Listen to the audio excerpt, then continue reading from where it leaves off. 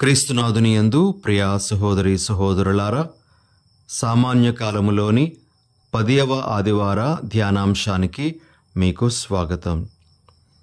ఈరోజు మనం ధ్యానించటానికి మొదటి పఠనంగా ఆదికాండము నుండి 3వ అధ్యాయము 9 నుండి 15 వరకు ఉన్నటువంటి వచనాలు ఇవ్వబడ్డాయి.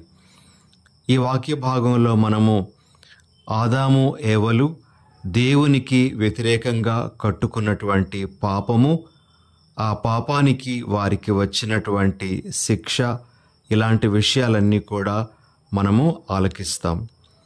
ప్రియులకు సహోదరి సహోదరులారా, మొట్టమొదటిగా మనము ఈ పట్టణంలో ఉండేటువంటి కొన్ని భావాలను మన మనసుల్లో నిలుపుకోవడానికి ప్రయత్నం చేద్దాం. మొట్టమొదటిగా ఆదాము ఏవలు కట్టుకున్నటువంటి పాపము గురించి మనము ధ్యానించుతాం. ఆదాము అవ్వలు కట్టుకున్నటువంటి పాపము ఏమిటి అంటే, మనము మామూలు భాషలో దేవుడు తినవద్దు అన్నటువంటి పండును వారు తిన్నారు అని చెప్తాం. అయితే దాని వెనకాతల దాగి ఉండేటువంటి పాపము ఏమిటి అనే విషయాన్ని మనము తెలుసుకోగలగాలి.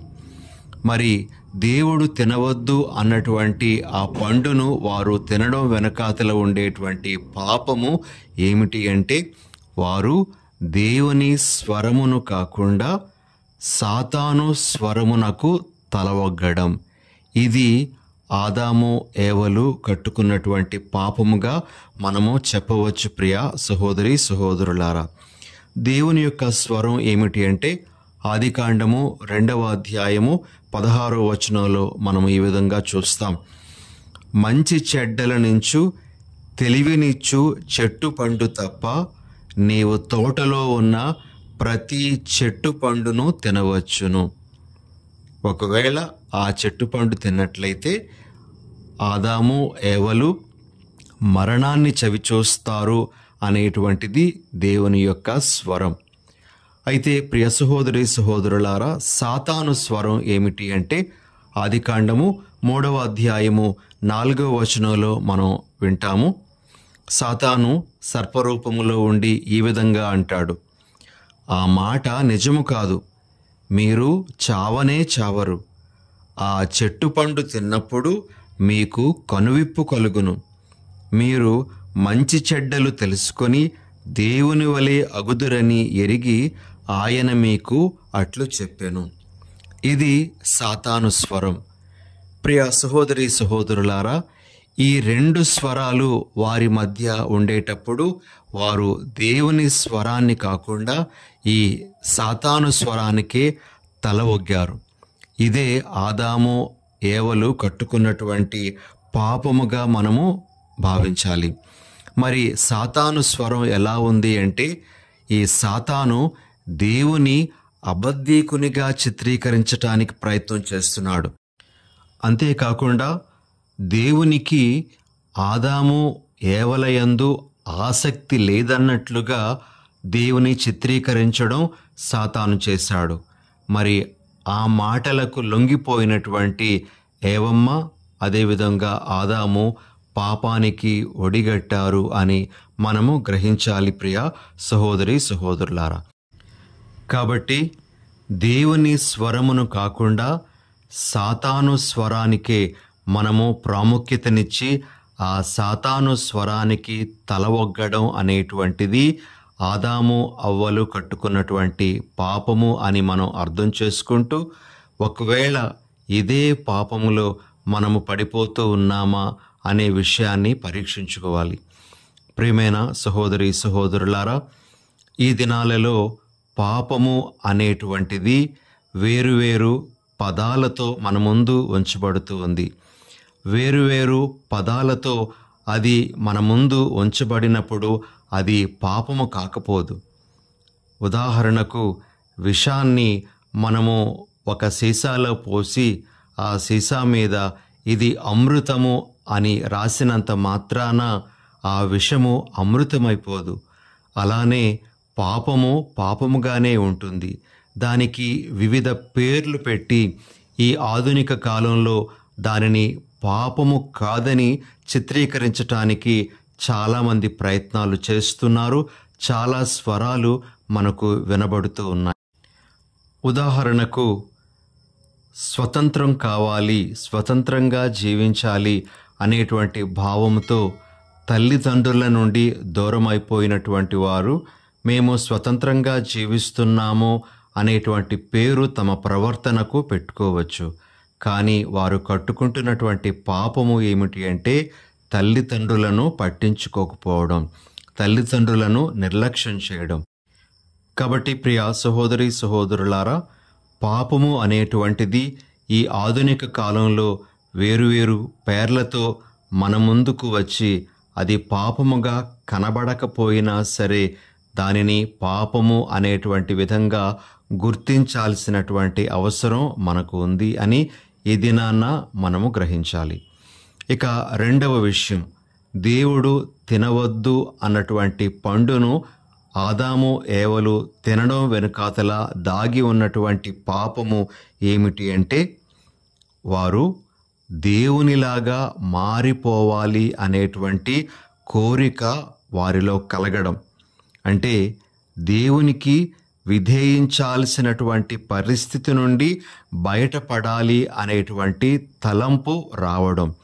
ప్రియ సహోదరి సహోదరులారా, ఆదికాండము 3వ అధ్యాయము 6వ వచనంలో మనము ఈ విధంగా ఆలకిస్తాము. ఆ పండు వలన తెలివితేటలు కలిగిన ఎంత బాగుండునో కదా అని ఏవ తలంచెను.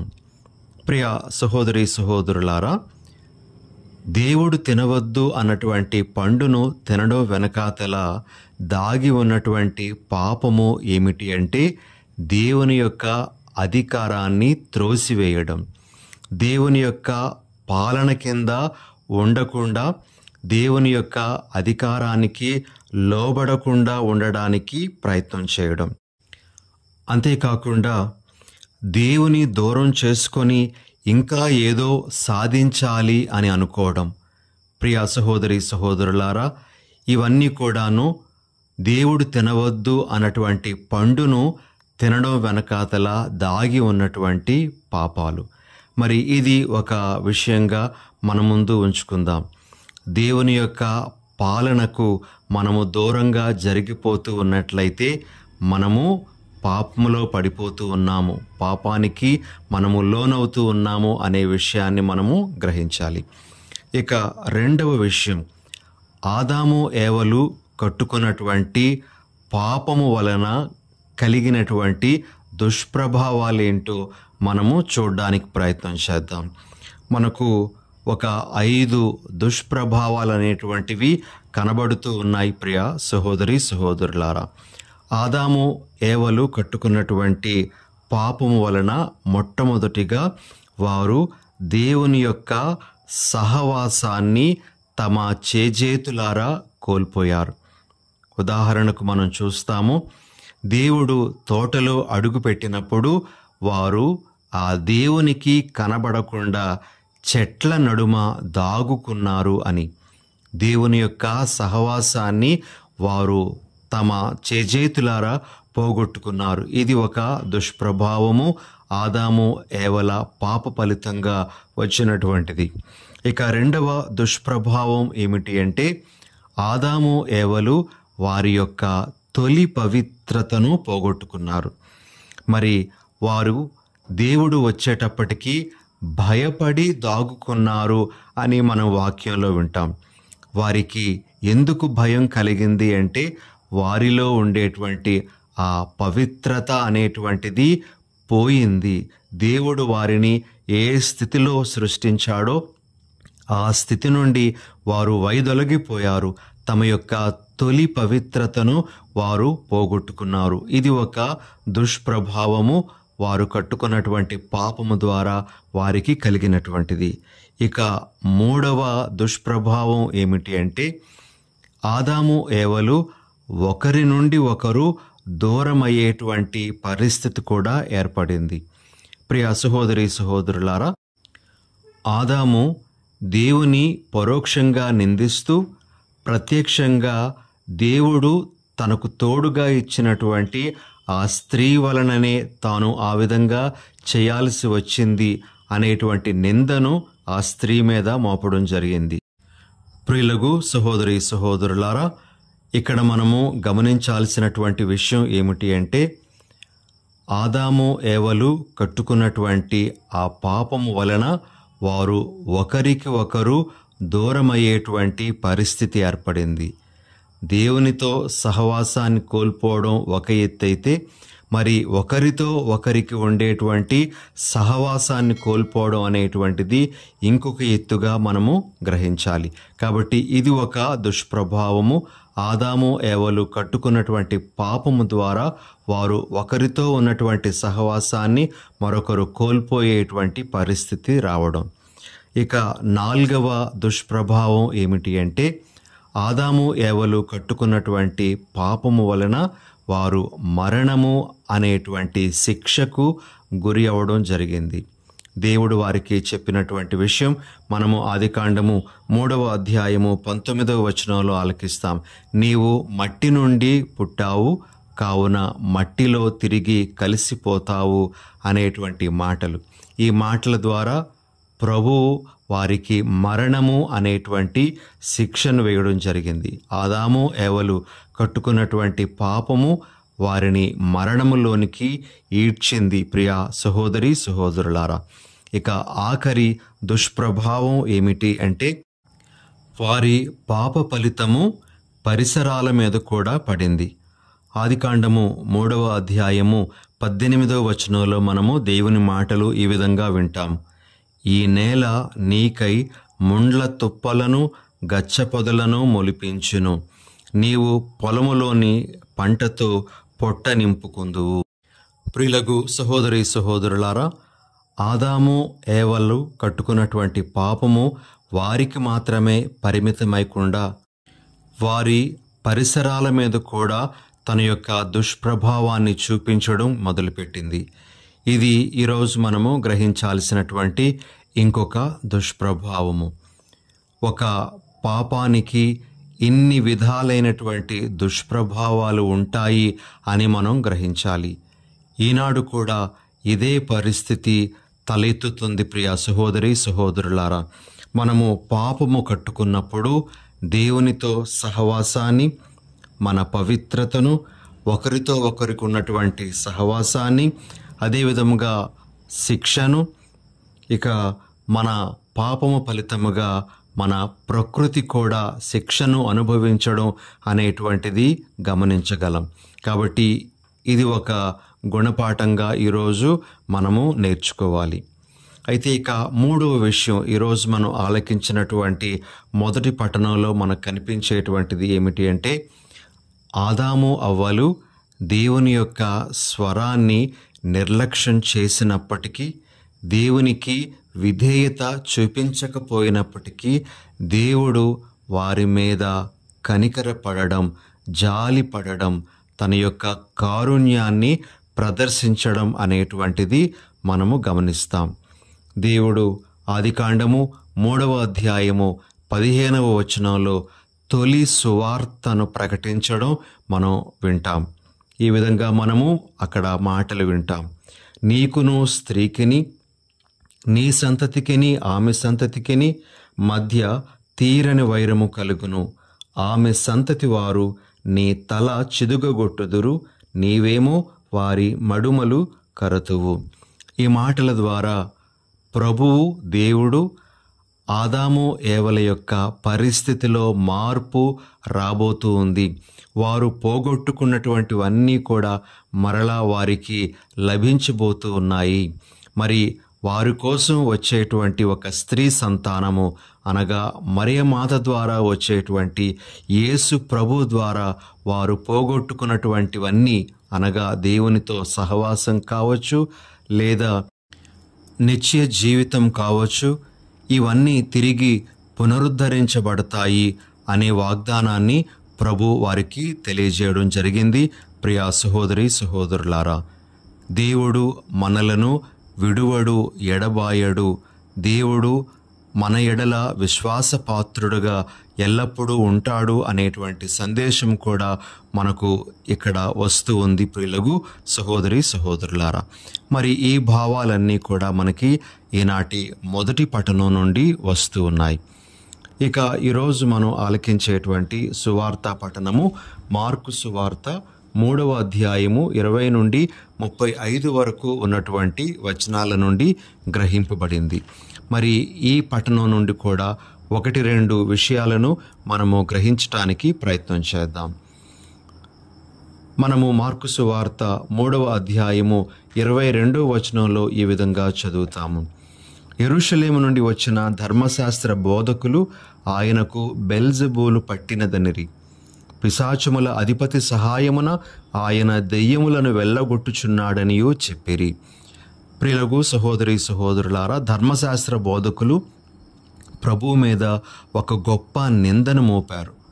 యేసు ప్రభు దెయ్యాలకు అధిపతి అయినటువంటి బెల్జెబూల్ సహాయంతోనే ఆ అద్భుతాలు చేస్తూ ఉన్నాడు అని, దెయ్యములను పారద్రోలుతూ ఉన్నాడు అని వారు ఆయన మీద నిందను మోపడం జరిగింది.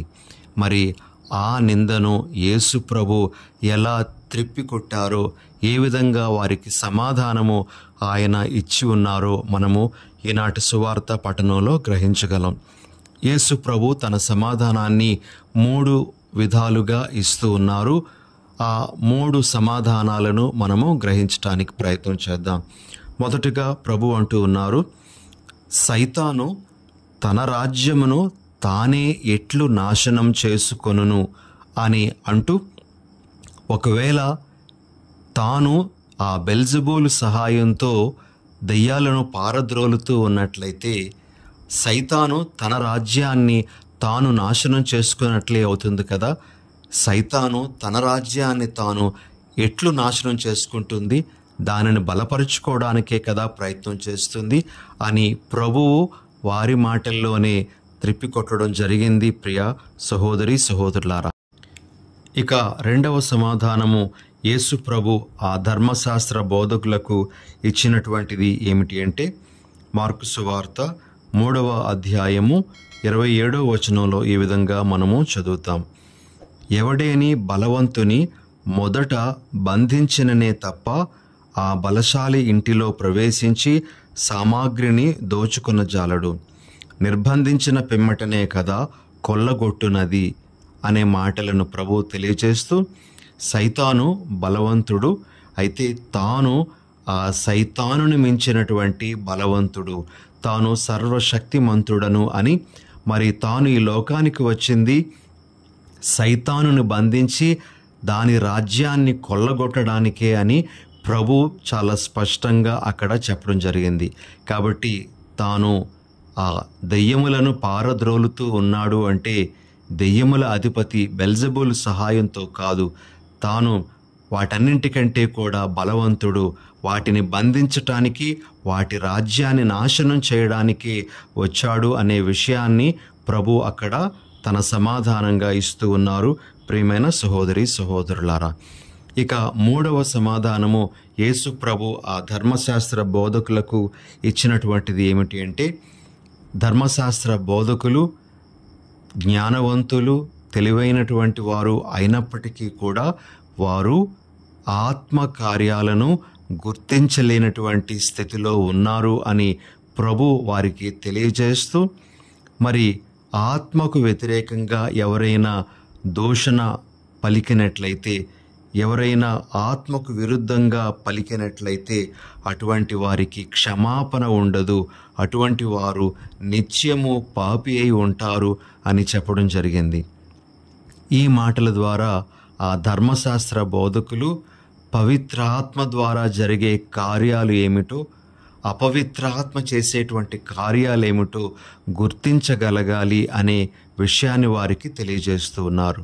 మరి ముఖ్యంగా యేసు ప్రభు తాను చేసేటువంటి కార్యము పరిశుద్ధాత్మ శక్తితో అనే విషయాన్ని వారికి తెలియజేస్తూ, ఆత్మ కార్యాలను మనము గుర్తించాలి, మనము ఆత్మను దూషించకూడదు అనే విషయాన్ని నేర్పిస్తూ ఉన్నారు. ఈ విధంగా తన 3వ సమాధానాన్ని కూడా ప్రభువు ఇస్తూ, తాను చేస్తున్నటువంటి కార్యములన్నీ కూడా దేవుని యొక్క శక్తితోనే అని మరొక్కసారి వారికి నిరూపించడం అనేటువంటిది జరిగింది. ప్రియా సహోదరి సహోదరులారా, ఇక ఆఖరిగా యేసు ప్రభువు నూతన కుటుంబము, నూతన కుటుంబ సభ్యులను గురించి చెప్పడం మనము ఈనాటి సువార్త పఠనంలో ఆలకిస్తాం. ప్రభు మార్కు సువార్త 3వ అధ్యాయము 34-35 వచనాలలో ఈ విధంగా అంటారు: తన చుట్టూ ఉన్న జనులను చూచి, ఇదిగో వీరే నా తల్లియు నా సోదరులను, ఏలయన దేవుని చిత్తమును నెరవేర్చువాడే నా సోదరుడు, నా సోదరి, నా తల్లి అని పలికెను. ఈ మాటల ద్వారా ప్రభువు రక్త సంబంధము వలన ఏర్పడినటువంటి కుటుంబము కాక మరి వేరే సంబంధము వలన తన కుటుంబముగా మారినటువంటి వ్యక్తులను గురించి చెప్తూ ఉన్నారు. మరి ప్రభువు చెప్పేటువంటి మాట ఏమిటి అంటే, తన కుటుంబములో సభ్యులు కావాలి అంటే ఒకే ఒక ప్రమాణం, అదే దేవుని యొక్క చిత్తానికి లోబడడం. ఈ దేవుని యొక్క చిత్తానికి లోబడడం ద్వారానే మరి తన కుటుంబ సభ్యులుగా ప్రతి ఒక్కరూ మారగలరు అనే విషయాన్ని ప్రభు తెలియజేస్తూ ఉన్నారు. ఈ మాటల ద్వారా ప్రభువు మరియమాతకు వ్యతిరేకంగా మాట్లాడుతున్నారు అని కాదు. వాస్తవానికి దేవుని యొక్క చిత్తాన్ని శిరసా వహించినటువంటి వారిలో ప్రథమరాలుగా మనకు మరియ తల్లి నూతన నిబంధనలో కనబడతారు. కాబట్టి ప్రియ సహోదరి సహోదరులారా, దేవుని కుటుంబంలో సభ్యులంగా మనం మారాలి అంటే దేవుని చిత్తానికి లోబడాలి. అయితే దేవుని చిత్తము అంటే దేవుని యొక్క అధికారానికి, దేవుని యొక్క పాలనకు మనము దాసోహం అవడం. ఇదే దేవుని యొక్క చిత్తం. దేవుడే నా అధికారి, దేవుడే నా యజమాని, దేవుడే నన్ను నడిపిస్తాడు అనేటువంటి విధంగా మనము జీవించటమే దేవుని యొక్క చిత్తానికి లోబడడం. ప్రియ సహోదరి సహోదరులారా, దేవుని యొక్క అధికారానికి లోబడే క్రమములో శ్రమ వచ్చినా, కష్టం వచ్చినా, అనారోగ్యం వచ్చినా, ఏ విపత్తు వచ్చినా సరే వెరవకుండా, దేవుని యందు విశ్వాసము సడలకుండా ఆయన అధికారానికి మనం దాసోహం అవ్వడమే. ఇలాంటి జీవితం మనం జీవించినట్లయితే మనము యేసు ప్రభు కుటుంబ సభ్యులుగా మనం మారగలము అనే విషయాన్ని ప్రభు మనకు బోధిస్తూ ఉన్నారు. మరి ఇలాంటి భావాలన్నీ కూడా ఈనాటి పఠనాల ద్వారా మనకు ప్రభు అందిస్తూ ఉండగా, ఈ సందేశాలను మన మనసుల్లో పదిలంగా ఉంచుకొని ప్రభు మనకు తెలియజేస్తున్నట్లుగా మనము మన జీవితాలను క్రమపరుచుకోవడానికి ప్రయత్నం చేద్దాం. ప్రార్థన చేసుకుందాం. దయగల ప్రభువా, ప్రేమగల మా తండ్రి, మేము మీ స్వరాన్ని ఎల్లప్పుడూ విని ఆ స్వరం ప్రకారంగా నడుచుకునే భాగ్యాన్ని మాకు దయచేయండి. ప్రభువా, ఆదాము ఏవలలా కాకుండా మేము ఎల్లప్పుడూ మీ అధికారానికి లోబడి, మీ అధికారానికి మేము ఎల్లప్పుడూ దాసోహమవుతూ జీవించే వరాన్ని మాకు అనుగ్రహించండి. మేము ఎల్లప్పుడూ మీ కుటుంబ సభ్యులుగా జీవించే భాగ్యాన్ని కూడా మాకు దయచేయమని మా ప్రభువైన యేసు పరిశుద్ధ నామమున అడిగి వేడుచున్నాం తండ్రి. ఆమెన్.